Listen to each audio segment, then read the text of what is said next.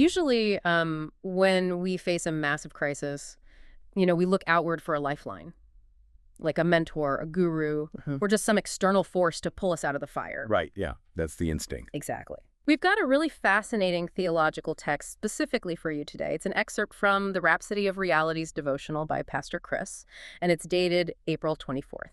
Which is packed with some pretty intense concepts. Oh, absolutely. And the foundational premise here draws a shockingly hard line between what it calls religion and Christianity. Okay, lay that out for us. So the author argues that religion keeps God on the outside, like an external helper you just dial up when things go wrong. Like an emergency hotline.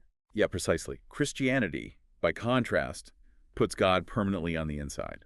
The text actually uses the word tabernacled, which means... Wait, tabernacled? Yeah, it basically means permanently residing inside the human spirit. Okay, let's unpack this. Because it's like the difference between having an expert coach yelling plays at you from the sidelines versus literally like sharing a central nervous system with that coach. That's a great way to put it. And the text grounds this in Colossians 1:27, which says, Christ in you, the hope of glory. But, I mean, it takes it way past your standard Sunday school interpretation. Because if God is permanently tabernacled inside you, well, that completely changes the definition of what being a believer actually means day to day. Right. The author makes this highly specific, almost mechanical distinction here between salvation and Christianity. Which honestly sounded like circular wordplay to me at first. Well, the text defines salvation simply as you in Christ. It references that idea in 2 Corinthians about becoming a new creature. Okay, so that's salvation. Right. But Christianity itself is defined as Christ in you. Stop right there, because what is the actual mechanism making those two concepts different? I mean, functionally.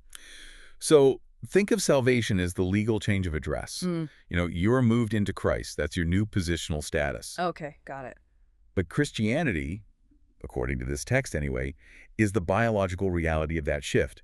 It's letting that new environment actively pump through your veins on a daily basis. Wow, okay. Yeah, and it uses Jesus' relationship with the Father in the Gospel of John as the blueprint, quoting Jesus saying, "The Father that dwelleth in me, he doeth the works." Wait. If the Father is doing all the works from the inside, doesn't the human just become like a meat puppet? That's the immediate question, right? Yeah. I mean, how is the individual's personality not completely overridden or just erased? So the text actively avoids the erasure idea.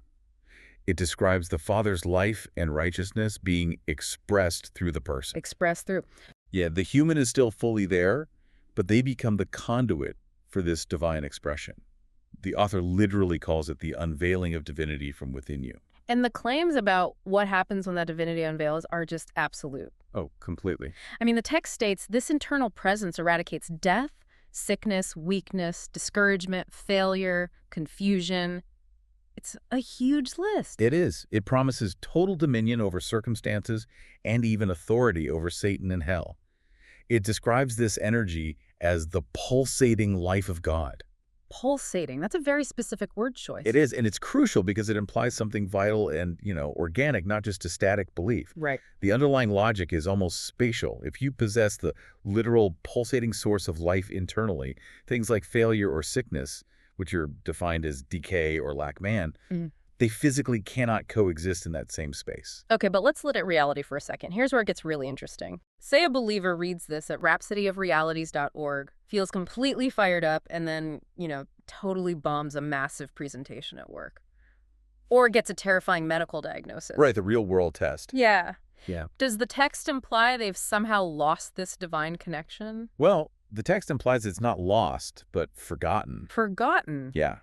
The author urges the reader to make Christ alive in you their constant meditation and consciousness. The victory is already legally and biologically there on the inside, but the text argues you have to maintain an active, unbroken awareness of it to actually manifest it in your physical reality. So the burden of experiencing this victory rests entirely on maintaining that internal consciousness. Exactly. I mean, it's a radical paradigm shift from begging for a lifeline from the sky to operating from an assumed position of absolute power on the inside. You aren't trying to achieve victory, right? Yeah. You are expected to operate from it. Which leaves us with a totally fascinating psychological experiment to ponder. Yeah, it does. If you truly lived with the constant, unbroken consciousness of having absolute internal dominion over every failure or fear, how differently would you walk into your next stressful meeting or face your next crisis tomorrow?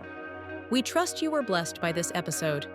To gain unlimited access to Rhapsody of Realities by Pastor Chris, please download the Rhapsody app using the link myapp.rhapsodyofrealities.org.